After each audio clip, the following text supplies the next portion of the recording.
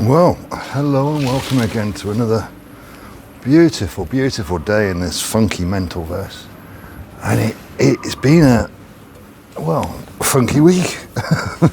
It's been extremely interesting with what's going on. But first and foremost, I'd like to thank anybody that's watched these or is interested in watching these. Thank you so much. There is a Telegram channel. I'm lax to put the link, but I guess I should. I'll put the link in the description for this one, I guess, for the Telegram channel, Wise Love.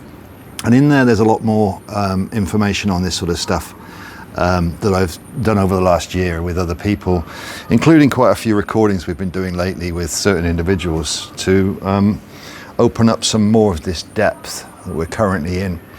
I don't wish to talk too much about the limited timeline, which is deconstructing rapidly as we can see currently, but to continue a little bit more on this idea of function over form, or unlimiting the limited, and what really function and form for me represents. So in the recognition, so I think I've talked about a few things up to 21 and then went back a little bit. Well, in this mental verse, in this funkyism that was going on then, I couldn't work out fundamentally. I couldn't identify. Things growing on my leg. I couldn't identify words anymore that meant things. It didn't make any sense. We had all of this before. The belief systems were all running rampant, and all of the words were predefined or predestined to mean something, and all of that belief system, all of the meanings and all of the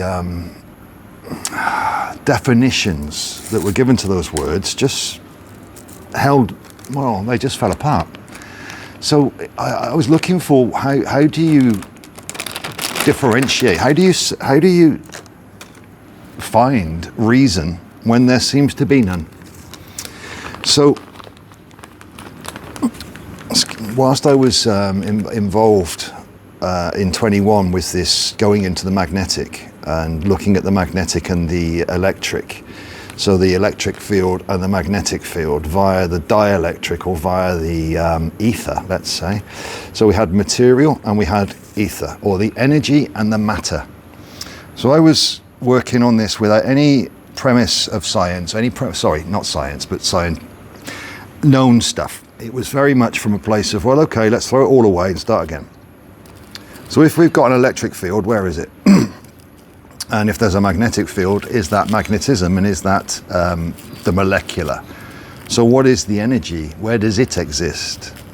Does it exist, or is it non-existent until it needs to be? So all of these ideas were going through my head. And what happened over a period of time was I started to recognize why things happened, not what they were doing, but why they were doing it. And people can say this is psychology or whatever, but this was from within. So because everything was now meaningless and valueless, and all belief systems about what was prior were collapsed, now I could rewrite everything, and I could write the script for them all. And this allowed me to review my lifetime, our life, it doesn't matter, from a place of function, not from a place of what it looked like, not from a place of what it felt like, but from a place of what it transpired to be afterwards, with a higher viewpoint, let's say, with a released perspective, in an area where there was no blame left to be identified. What happened? So all of the previous experiences, all of us will have had many, that caused such harm, such pain, such turmoil, such torment. Where was that pain, turmoil and torment now? Because it didn't exist anymore in me. It wasn't there anymore. I can remember it, but it didn't have the hold. So in the loss of the belief system, so was the loss of the disturbance. Now it could be reviewed. And what I call this is the space in between. So some people, many others have got many other names for all of these things, but it was to allow a higher viewpoint, to overview it with love, overview it with overview it with truth, overview it with honesty, overview it without caring for feelings because they are irrelevant, and overview it with what happened, why, do you want to do it again? So this whole aspect enabled this to sort of integrate or calibrate into the way everything just processes, the way you see through things. It's very difficult to explain it. But some others would call it the spectrum of energetics that are offered behind the detail, which is the limitation. So this function over form became very prudent, prescient, prevalent, all of those words, I guess. And it became evident that it was everywhere. The function of what it was doing, not what it looked like. Infinite form with a harmonic function. Okay, well, how does that work? Well, if it's not harmonic, if it's limited, then it needs to unlimit, so it will collapse. Let me just pause this a second.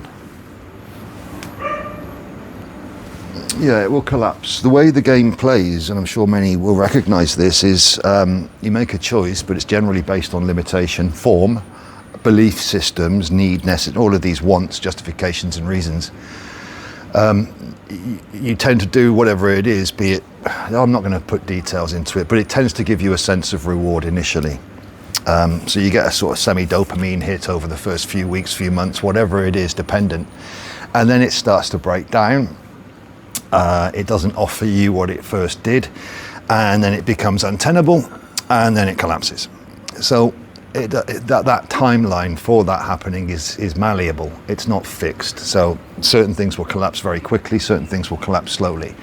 And this is what I was talking about with the spectrum of intention, the energetics that are within the intention. Whatever percentage of limitation is in there will play out. And that's this is that part of function. So if there's limitation in the belief system that's doing the action, then that limitation, unless changed consciously during the actions of the actions or the ongoing actions, will play out as a deconstructive phase to be reconstructed afterwards in reflection, once the truth of the situation can be remedied and rectified and actions then change. So this is where we work. This is what we're talking about, inner work. A lot of people use a lot of different ways of describing this inner child work, but it can be very, very simple without all of the difficulties that a lot of these other groups may insert into this. They all are relevant, but they give definitions and details to things that kind of make the minds of others reify them as if that's fact, when all it is a descriptor. It's a reasonable descriptor with an incorrect conclusion, explanation. So it's a description without an explanation. The disconnect happened before anybody remembers it. So why do you need to describe what happened afterwards? Call it inner child, inner this, inner that, whatever. It doesn't matter. There was a disconnect from your purity. So call it diluted. You need to concentrate, call it whatever you want, but why give it too many names and definitions and try to timeline it and try to identify it? It's non-identifiable. This is the abstract values that I was alluding to the other day. These things don't need to be identifiable. The only problem with that is the way the human condition, the human consciousness tries to define and limit things by creating so much complication that it can't possibly be believed that you don't need that complication.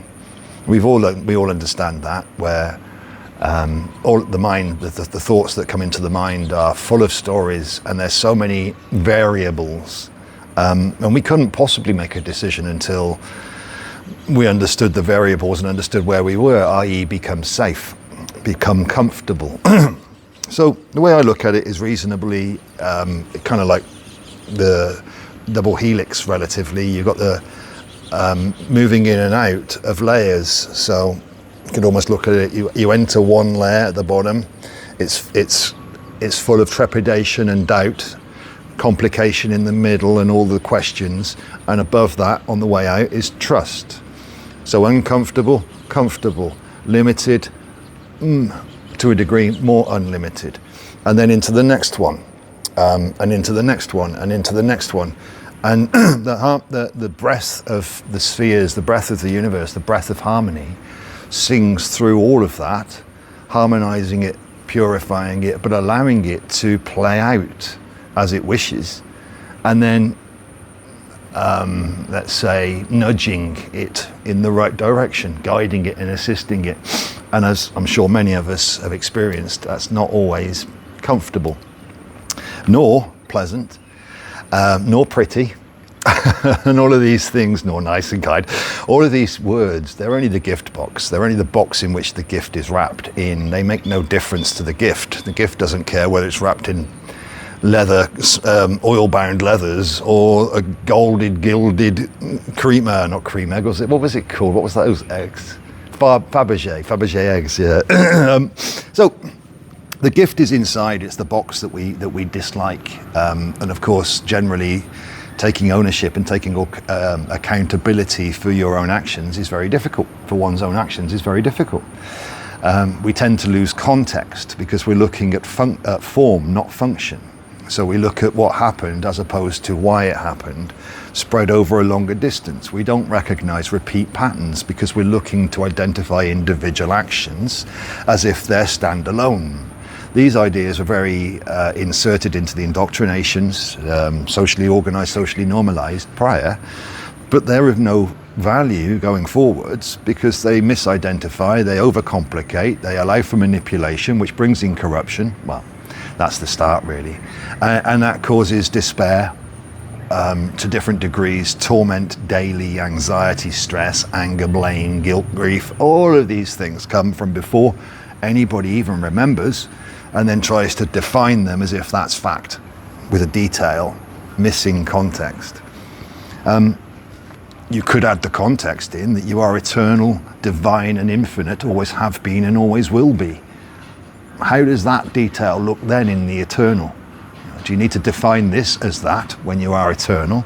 And most of that eternity is not remembered, just this previous lifetime. And even in this lifetime, you can look at the lifetime and say, well, in that, I've lived an eternity, because effectively the function of it is eternal. Harmonize.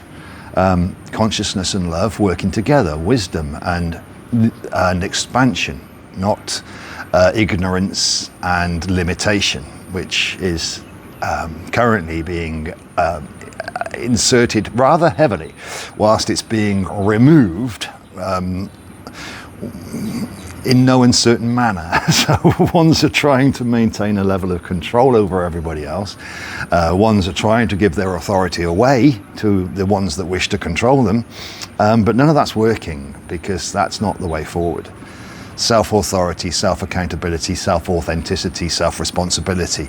All of these are very, very necessary, but these come from a place of function, understanding function for me, not just the form, not what it looks like. That doesn't matter. As we all know, our eyes can be deceived, and so can our minds. So this comes from somewhere much, much deeper, where it's self-recognized. And I was watching something yesterday on, I think it's Sun Tzu or Sun Tzu, isn't Art of War. Again, I don't like the idea of war, but the art of war is to know thyself and therefore know thy enemy. And you can fight 1,000 battles and never be defeated. Precisely. But if you don't know yourself, then you don't know your enemy. You have fear, you have doubt, you have negativity, and therefore every battle is a loss. So in the mapping out of your inner condition, inner harmonic, inner calibration, in understanding the functions inwardly by looking at one's actions honestly, truthfully, in the light of a higher concept, let's say virtue, let's say integrity, let's say value, honor, and let's say contextualizing it, and not just pulling a detail, but giving it a period of time, like your life, and showing how often the same repetition has happened, and not trying to identify something as different, but accepting it might be the same. Acceptance. This allows ones to go into a place where, if they accept that it may be that, it may have been all for me. Everything that happened was for me, even though I felt it wasn't. I may have been disconnected, and I may have been amnesic, and I may be eternal, divine and infinite. I may be that. To be able to accept that means that every other limitation can then be looked at from that aspect. But this has to look at beyond the form, beyond what it looked like, beyond what it felt like, into what happened overall and how did it work. Initial belief system plays out in action, collapsed over time, tried to make it right, but it was always about the other.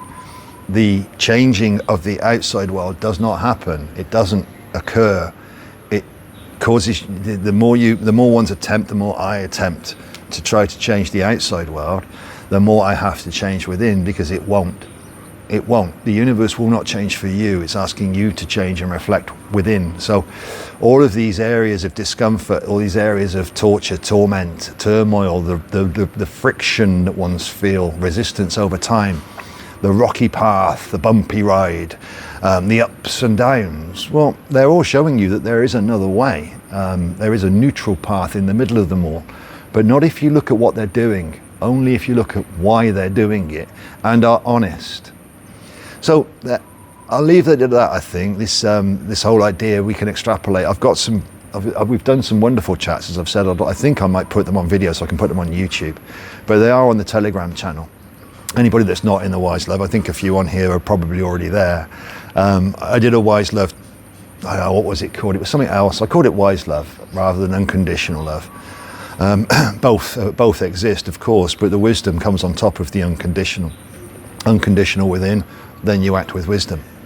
So this Wise Love channel was introduced last November, I think, and at that time I was, well, maybe I'll do another talk on that, but kind of wired to what I would consider to be the consciousness of the planet at the time.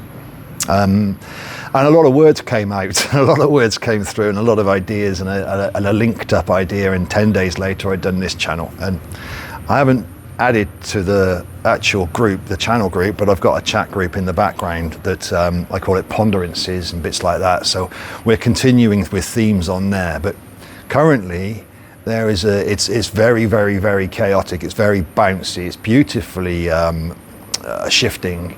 But it's deconstructive. So anybody that's caught in the deconstruction, have a look at what it's doing and why it's doing it. Try to look at it as not a collapse, not as a loss, but as a gain. All of this has an upside. It is upside down, but what we're doing consciously, energetically, divinely, beautifully, elegantly, universally, creationally, is stabilizing this distortion, stabilizing these corruptions, removing that which is disharmonic and distorted from this reality, so that the human playground, the Garden of Eden, if you will, but the human playground is safe again for the children. So we're moving forward with that beautifully. Much love.